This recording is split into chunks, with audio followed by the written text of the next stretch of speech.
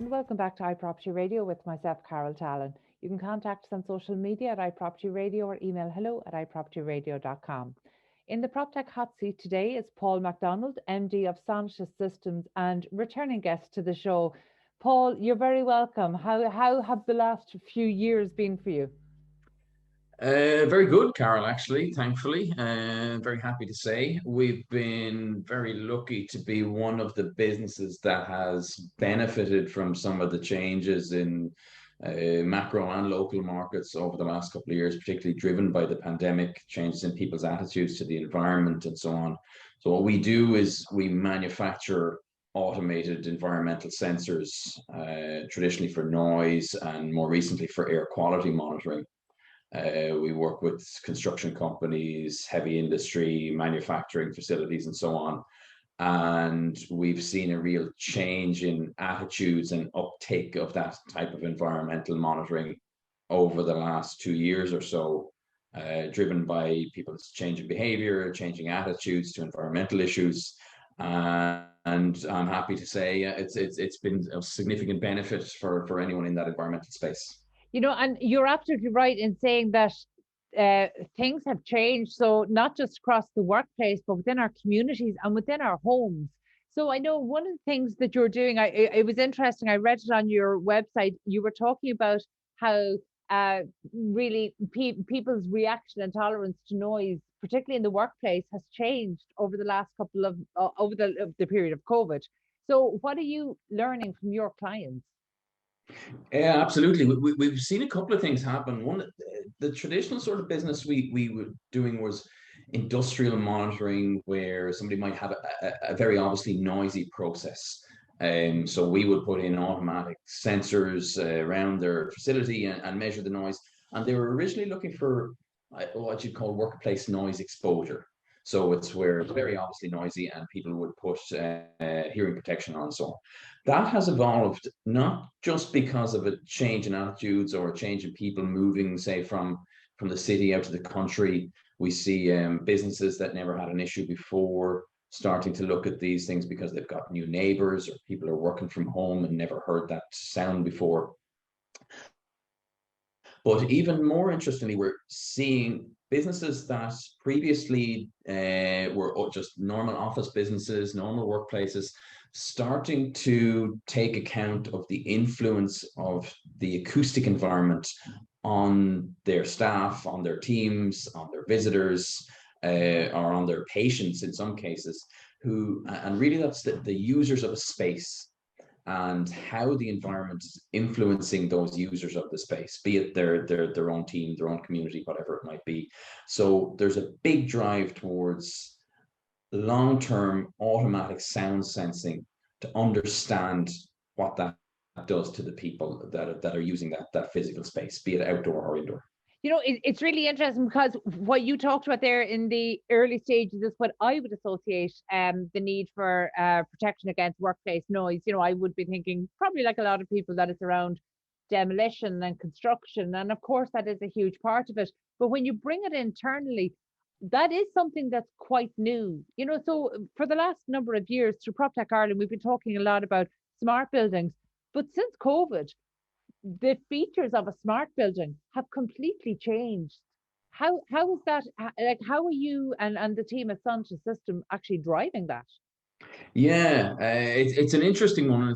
It's really a developing area that we're starting to see emerging and starting to crystallize right across the world, but particularly where you have large real estate operators, high-end office buildings, and people are now starting to come back to the office after a period of working from home or hybrid work.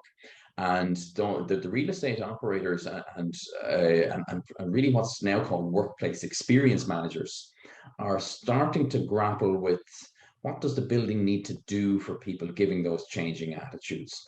So we have worked with a couple of really, really interesting companies who are at the forefront of this. One of the big global tech leaders, we engaged in a major project with them across the last 18 months or so to instrument their office spaces to start to understand the acoustics of those spaces and try to optimize them for people coming back to work. And what we're doing there is moving beyond talking about noise, and we talk about soundscape. And a soundscape is the acoustic environment that you're in, but it's more to do with how you perceive it within the context of your space. So it goes beyond just acoustic measurement and into what's called psychoacoustics. And that is the perception of the sound environment for the people that are there. And when we talk about that in a workplace sense, we're talking about people who are coming to work today to do maybe a particular type of work. It might be a software team who want to do heads down work and really concentrate on their work with the minimum number of interruptions. Or it might be a creative team, a sales team who want a little buzz around the office. And the studies behind this are really, really interesting, because what you see is general workplace surveys will show that noise and interruption is one of the major problems people have, and one of the major barriers to getting people back to workplaces. So I think the numbers are something like upwards of 60% of people say that noise and interruption is the biggest complaint that they have in their workplace. And that's conversations around the workplace, noise coming in from the next office space or so on, distracting them from their work.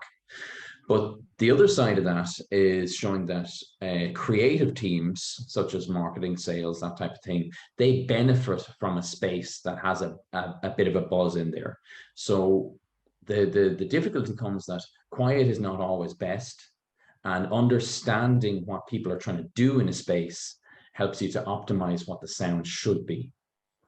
That's really interesting that quiet isn't always best, because I think when we talk about workplace noise, most people would imagine that to tackle that, the way you tackle it is by reducing or eliminating workplace noise. But actually, the concept of soundscapes is quite new.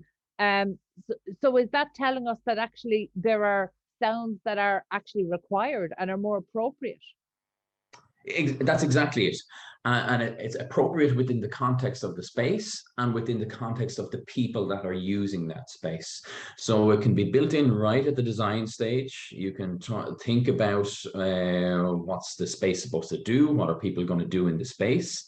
And by optimizing those spaces for the use case that's envisaged, you can do what is called soundscaping. So you can introduce sounds that are beneficial, such as biophilic sounds of nature, that are known to be quite pleasing to people, quite restorative, quite relaxing. You can introduce the type of music that you might want, as I say, with a little bit of a buzz, a little bit of a background hum, and you can understand the type of level, the sound level, and the acoustic metrics that are optimized for what you want to achieve in that space. So if you take it that a really, really quiet space, you're more likely to overhear a neighboring conversation. You're more likely to be interrupted if the next space over, or the office next door happens to be particularly noisy.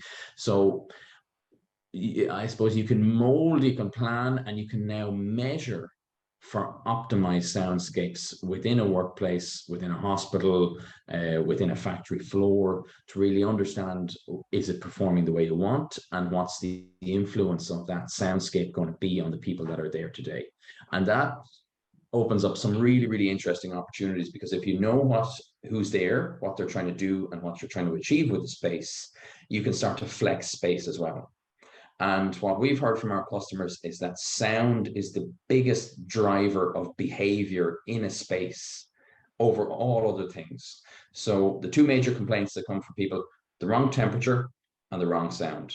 The temperature, a little less easy to control on a localized basis, but the sound is the really, really personal one. That what bothers you might not bother me. And trying to design those sounds and then measure for them will tell you what is happening in a space and why it's happening. So when you combine that with occupancy sensors, air quality sensors, light sensors, and temperature sensors, you start to build up a real picture of what is happening in a space. And now with the soundscape element, you can actually understand why it's happening. And when you talk about how it's impacting behavior, are you talking about maybe productivity in the workplace, or what were the behavioral factors that you see?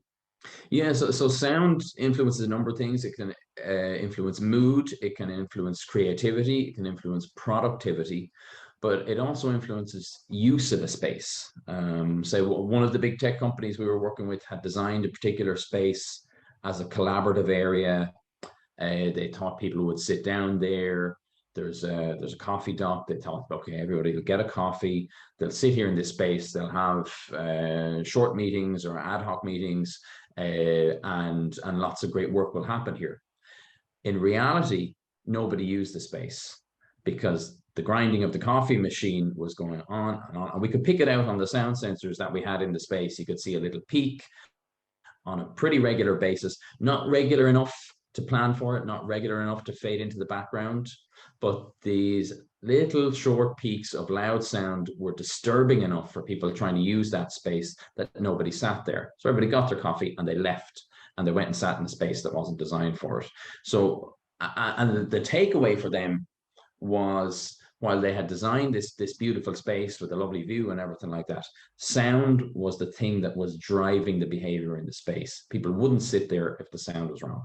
Yeah, that's so interesting because actually I have worked with people who needed the radio on, and I'm the opposite. From the time I was in school and college studying, I need absolute quiet. So actually, when I've a day of writing or deep work or research that requires serious concentration, I'll do that from home because I don't want the interruptions. I don't want the noise from the office. And in fact, if I'm in the office first and there's no noise introduced like radio or something, I find that other people get quite uncomfortable around that. And I don't even notice it happening. I work away blissfully with my head down. I don't even notice it.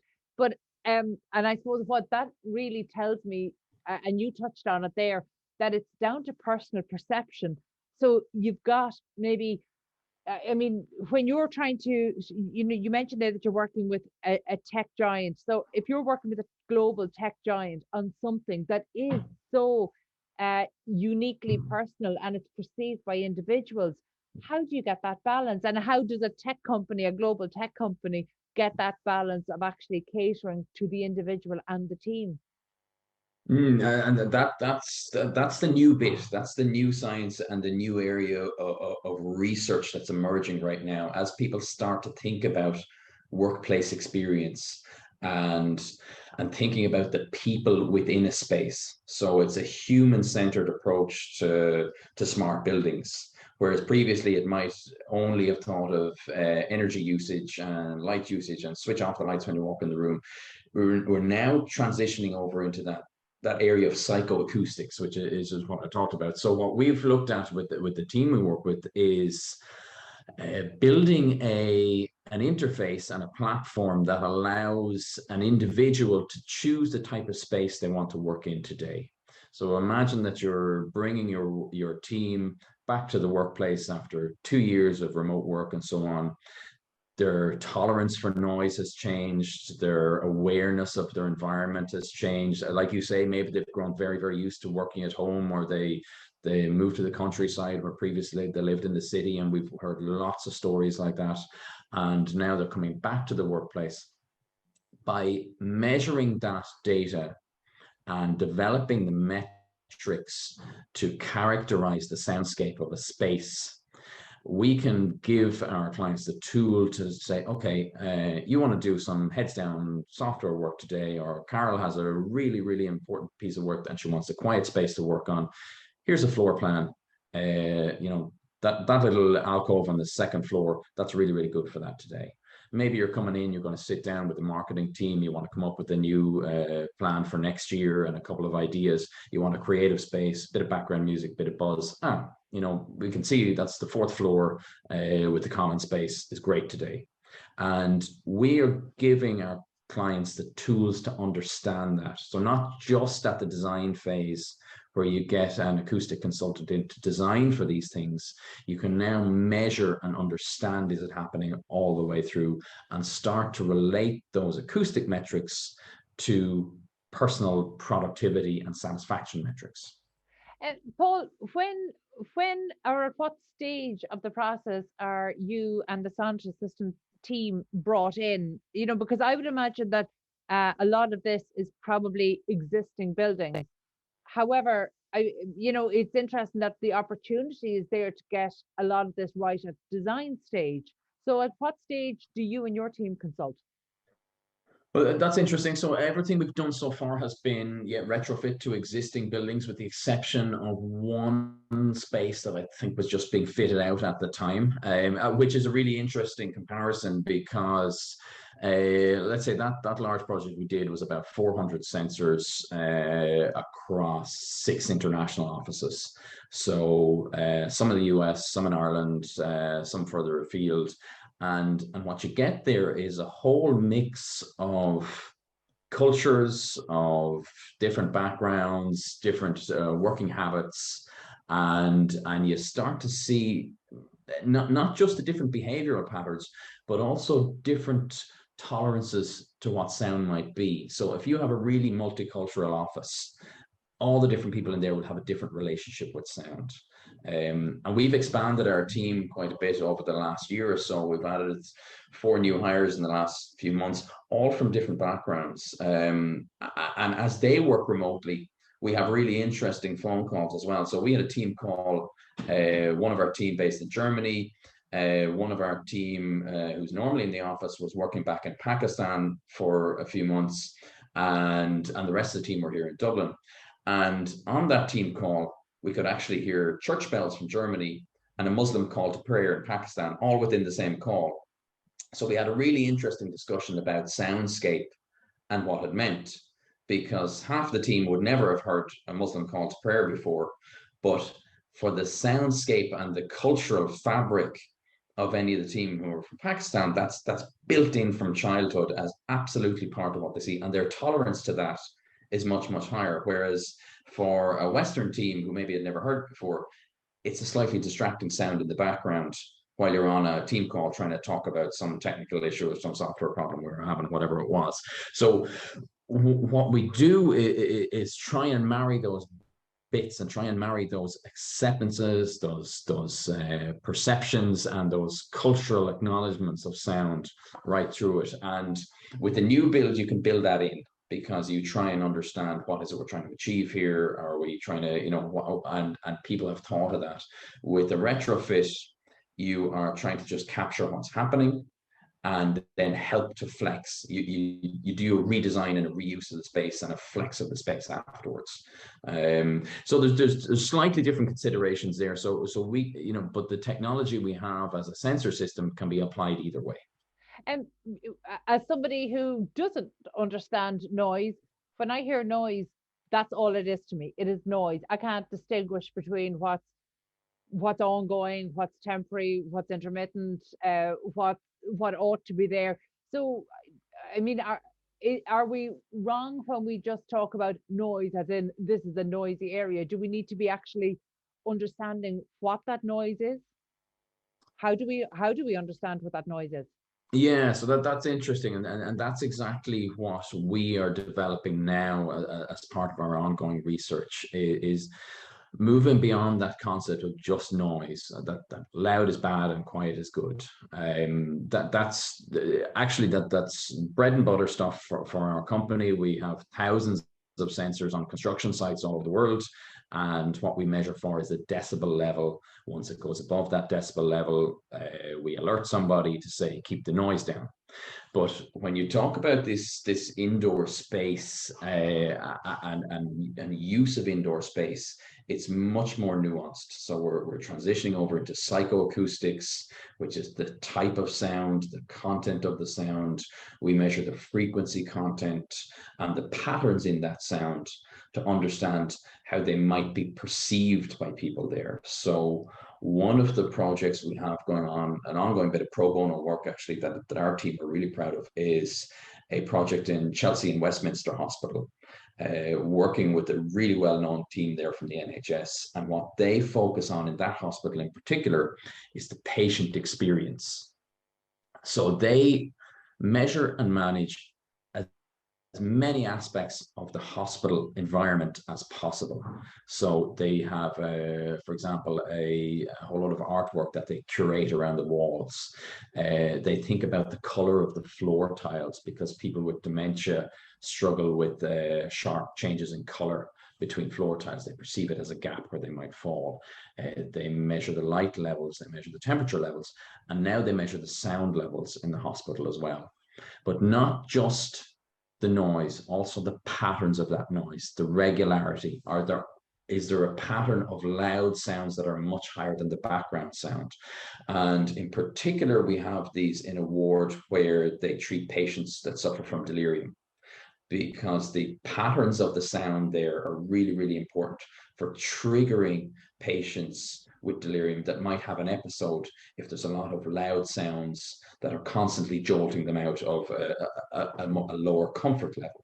So it is that regularity, the makeup of the sound, the frequency content that really influences how it affects people's behavior. And we're bringing that on now with the university we're speaking to as well, to try and transfer some of that to students and staff that suffer with autism. And different spectrums of autism can perceive things in very, very different ways. So things that might fade into the background for us, like for example, the hum of a fluorescent light bulb, can be really, really intrusive to somebody with autism because they perceive their environment in a really different way. So measuring the acoustic metrics, but also translating them into perceptual metrics is really the key to understand how it influences behavior. And that's what we're working on here. It's such a fascinating area. You know, and when you talk about psychoacoustics, it's just, I mean, is this a new area? You know, is this a new area? Has it been really delved into before, or is this something that's, you know, maybe change in the fact that as humans we have to learn how to live in closer proximity to each other? Is this part of that? It is. It's not a new area. It's not a new area of science in that, but it is one of growing importance, particularly the area of soundscape linked to psychoacoustics. So soundscape, the concept has been around for decades, but is one of the key areas of research, both indoors and outdoors now, that any acoustics conference or noise conferences, which I regularly attend, you probably haven't been to any. For example, you know, we would exhibit at all the major acoustics and noise conferences across the US and across Europe. And the big drive now that people have come back post-pandemic, all the conferences this year were in person, everything's about soundscape. How do people perceive the sound environment? How do we design and control the sound environment so that it's pleasant for people to be there and to listen to? So, for example, I live in a very rural area in Wexford. When I am at home at the weekend, it's very, very quiet. We live beside a large forested area, so it's mostly nature sounds. It's very, very pleasing to sit there and totally relax. After a busy week, the office is in Dublin, so I commute to the city, and we have a construction project beside us. They clear the ground. There's workers in there every day, all that sort of stuff. But I'm aware of the influence of a good sound environment at the weekend, so it means a lot. Paul, I'm conscious now of time, but before we wrap up, I'm just so curious because there's such an ongoing conversation about the future of the workplace and offices in particular. Just going back, before we finish up, going back to that study, you mentioned there that you have 400 sensors across 6 international offices. What are there any insights there you could share with us? Was there anything there that surprised you? That's an interesting one. Learning exactly how that sound is influencing behavior. That was the biggest change for us in the way we were thinking about what this data would tell people. It was so we had assumed, and our client had assumed, that this would tell people, okay, you know, the sound is about right for what you're trying to achieve. It's matching up with your design criteria today.